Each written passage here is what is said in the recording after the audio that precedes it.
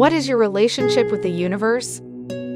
For most people, the universe is an uncaring and dangerous place. Those with a materialistic worldview see themselves as mere specks in an infinite universe, obviously powerless and insignificant. Fortunately, the materialistic worldview is incorrect. This video will help you understand that the universe is not only a friendly place, it is, in fact, a partner on your physical journey. Further, you will find guidance on how to honor this partnership.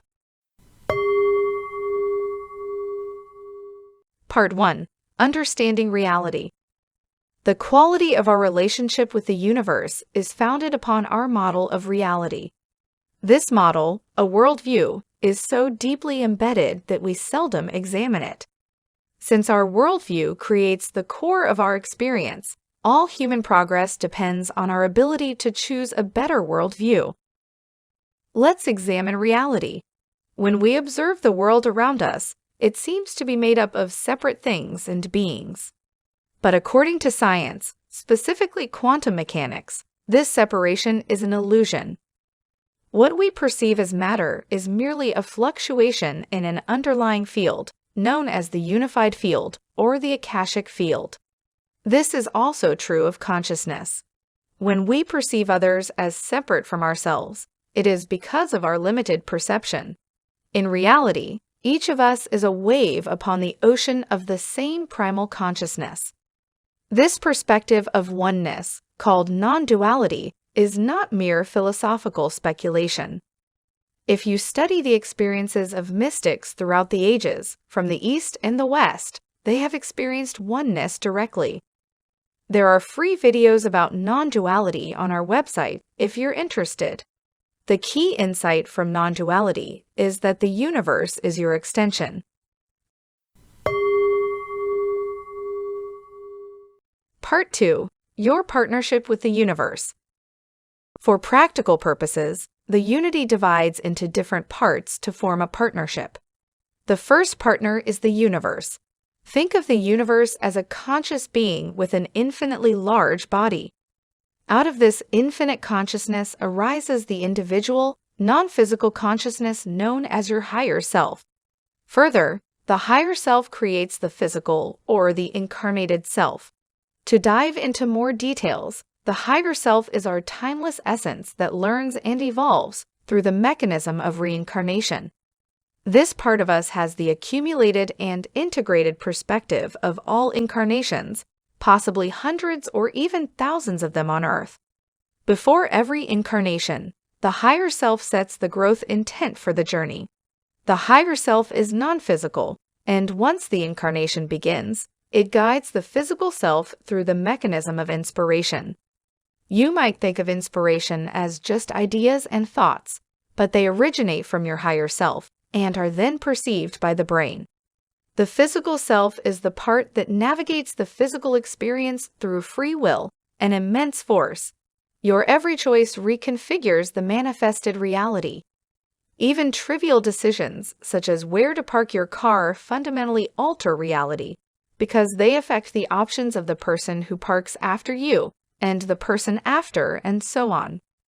In this partnership, the universe provides the intelligence that assembles all the pieces through synchronicity. Because of synchronicity, the right piece to complete a puzzle appears at the perfect timing. The unfathomable intelligence of the universe stays invisible in the background to avoid interfering with free will. That is why most people think of synchronicity as just coincidence. Part 3. PreBirth Planning. This partnership among the physical self, the higher self, and the universe begins with pre-birth planning. Before going into the details of pre-birth planning, let's acknowledge that the idea that we plan our lives before taking birth may sound strange. This is especially true when the incarnation includes deeply challenging experiences, such as abuse or trauma. But extensive research spanning more than half a century supports that we plan our lives before coming into this reality. Here are 3 books you can read to learn more about pre-birth planning. Afterlife Memories from the Newton Institute, Messages from the Masters by Dr. Brian Weiss, and Your Soul's Gift by Robert Schwartz. Let's dive into more details about pre-birth planning.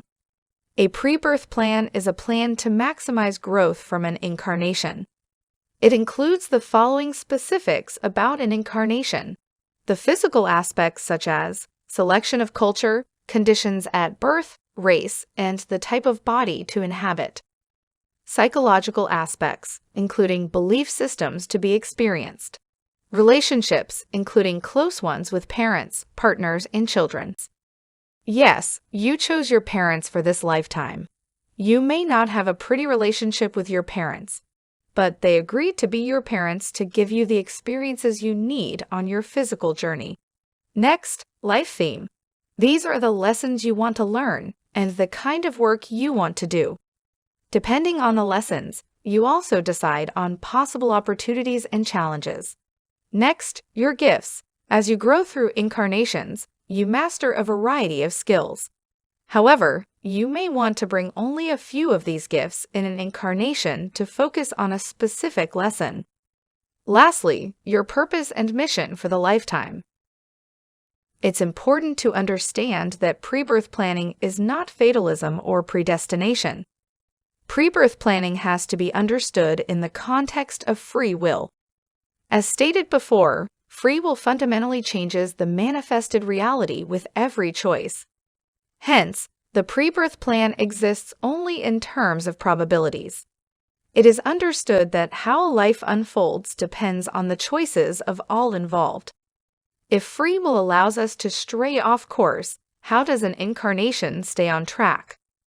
The answer is through the ever-present guidance from your higher self. To respect free will, the guidance has to be gentle. We often want a higher power to tell us exactly what to do in a situation, but that cannot happen because such an experience would overpower our free will. The familiar way guidance shows up is through inspiration. You might be taking a walk and an idea hits you to start a business, to learn something new, or to share your gifts in a particular way. This guidance mechanism is so subtle that it is easy to ignore the ideas and convince yourself that they are impractical. But if you act on those ideas, you will find that the universe opens doors for you through synchronicity. Certain events, people, and resources show up in your life at the right time, so you can make progress in a particular direction. People often use the word coincidence, but once you begin to mature spiritually, you understand that there are no coincidences. It is an orchestration by the universe. Whether you take these opportunities and do something with them is your call. Hence, openness and trust are required to take advantage of these opportunities. If inspiration does not work, the universe can also intervene more directly. Again, these interventions are agreed upon by you as part of your pre-birth plan. One way interventions happen is through crisis. When crisis shows up, you might feel devastated. But years later, you understand that it was the push you needed to get on with your life purpose. Part 4. Problems in our partnership with the universe. Once we start the physical journey, our partnership with the universe may become dysfunctional. Here's why. Let's understand that if the partnership does not work, it is because of the physical self.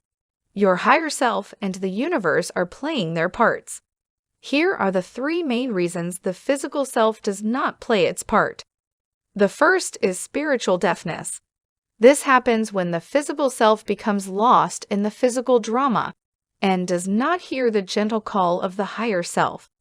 At lower states of consciousness, this happens because of fear and powerlessness. The other common reason is that the physical self gets entangled in the endless greed for power.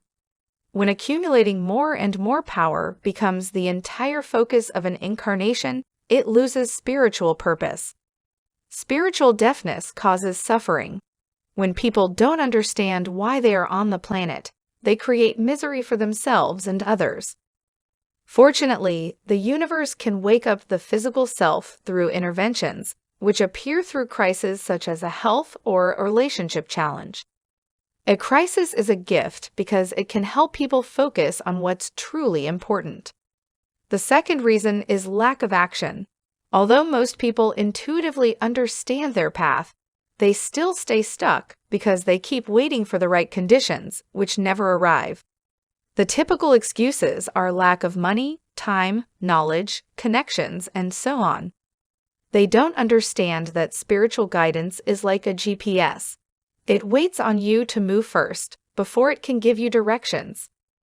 The third reason the partnership does not work is that the physical self becomes attached to control.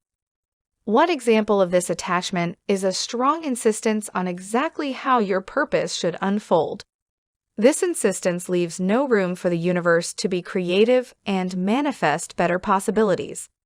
The root cause of attachment is ego. Ego thinks it needs everything to be figured out, including every step of the journey. Part 5. How to fulfill your partnership with the universe. Here are the 3 steps to a better partnership with the universe. First, be driven by a spiritual focus. To cultivate spiritual focus, ask yourself this question every day. How can I best serve my purpose for being on this planet? Let the answer be the guiding light for planning and creating your life. Second, become a person of action. The inspiration from your higher self is something to be acted upon quickly. Refrain from overthinking and overanalyzing. It is not your job to figure out every step of the journey. Your job is to take the next step to the best of your ability and trust that the universe will provide the rest. Lastly, detach from outcomes. We live in a microwave culture with fast food and same-day delivery. Most people expect quick results, but that is not how nature works. You may plant a seed, water it, and do everything to make it grow, but the fruit will only come when it is time. Stop insisting on how exactly your path should unfold. Your expectations are nothing more than the noise from your ego, which is shaped by social conditioning. They have nothing to do with reality. If you want to walk the higher path, let the higher will figure out the way. Exercises. Here are 3 exercises to help you create a better partnership with the universe. 1. What is your spiritual purpose for being on this planet? 2. What is stopping you from taking action? For example, the need for security or financial stability, or approval from others. 3. What actions can you take to move toward your purpose?